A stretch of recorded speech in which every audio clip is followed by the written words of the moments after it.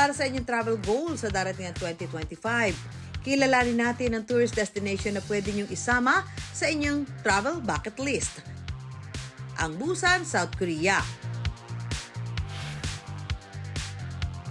Ang isa nga sa sikat na pasyalan ng mga turista dito ang Haeundae Blue Line Park kung saan sasakay ka sa Sky Capsule. Hello mga ka-wonder! Andito po kami ngayon sa Busan, sa South Korea. Sasakay kami ngayon sa Sky Capsule train para maikot natin yung karagatan dito sa Busan. Pero si Empoy, iwan natin sa dagat. Wait lang, nag-entrance ako, mama. So, papunta na kami. Diyan ka na muna. Wait, ma'am!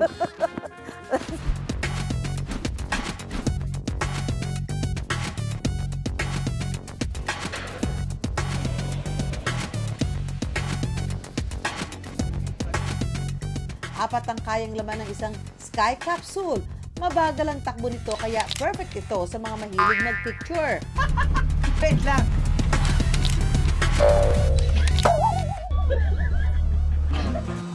Tanaw dito ang ganda ng dalampasigan ng Haeundae.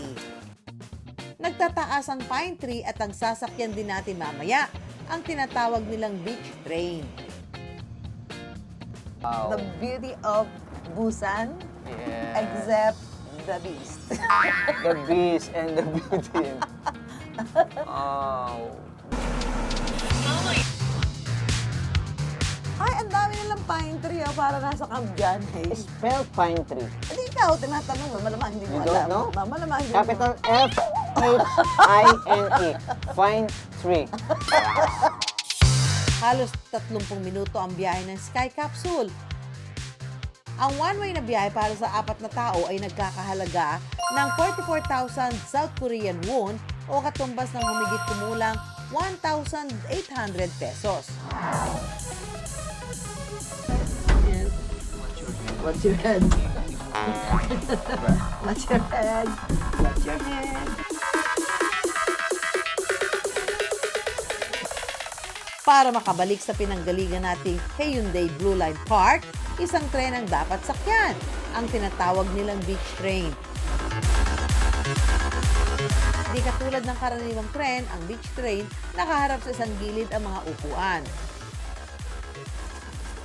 This is the train to Busan. Yes, welcome to Busan, to the train. Tanaw dito ng mas malapitan ang puting buhangin ng Haeundae Beach. Ang kimchi is from Korea talaga eh. Korea Dito talaga, di ba? nag-originate ako. Pero Ito yung authentic kimchi. Tama naman. Tama naman si Mama Su. Dahil ang kimchi talaga sa Korea nagsimula. Pero sino ba na una na magkaroon ng kimchi? Korea o si Joey De Leon? Anak niya yon si Kimchi De Leon. Corny. Mukhang mga bagong atraksyon man ng Sky Capsule at Beach Train. Alam niyo ba mga ka-wonder na galing ito sa dating abandonadong railway? Pinaganda at pinakainabangan nila ito para sa turismo ng Busan.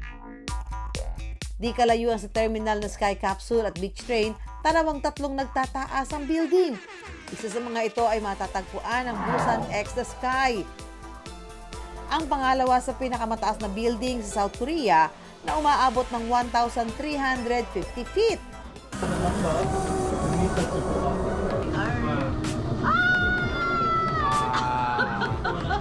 Wow! 6 seconds. Wow! At sa ika-100 palapag ng building, nandoon ang kinatatakutan ng mga turistang takot sa heights. Kasama na kami ni Empoy.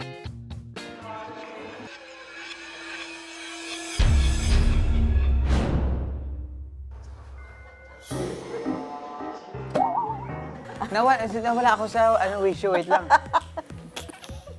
Huwag ka mag-ala, maghagdang ka pababa. Ano gusto Pero mo? nagtulin, ha? Oo. Like parang jet. Okay. Wait lang. So, Tenga ko. ganun ma. Dito matatagpuan ang tinatawag nilang Shocking Bridge.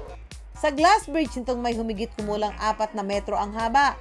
Kapag tumingin ka sa baba, masisyak ka namang talaga. Hindi lang sa taas nitong nakalulula, kundi sa ganda ng tanawin ng Hyundai Beach.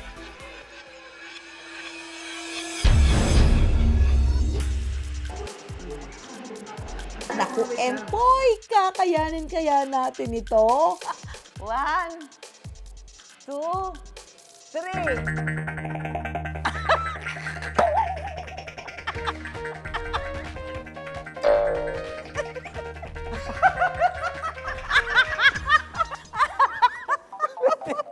Pididit. Ano ka pididit? Ano talaga ako meron? Ha? Nakapikit ako. Ay, tsura ko. Dapat pala nakita natin yung tsura. Okay, game. Sa muli naming subok, This is the... Moment! nagsabuatan pa ang mga I Wonder staff at tumalon-talon pa sa kalagitnaan ng Shocking Bridge. Literal na siya kami rito, mga ka-wonder. Ba't tumalong ka? Meron palang ano, may mga Huwag kayong plano. ganyan. Yes, Bilang Mama. reward sa sarili natin dahil kinaya natin ang pagtawid sa Shocking Bridge nang nakapikit. Yes. Actually, sa tingin ko, ito yung mahirap na task dito sa Busan na ginawa. Kasi I have a fear of heights nga. Di ba? Pareho tayo may fear of heights. Pero natawid natin not once, not twice, But thrice. And without then, looking at the bridge.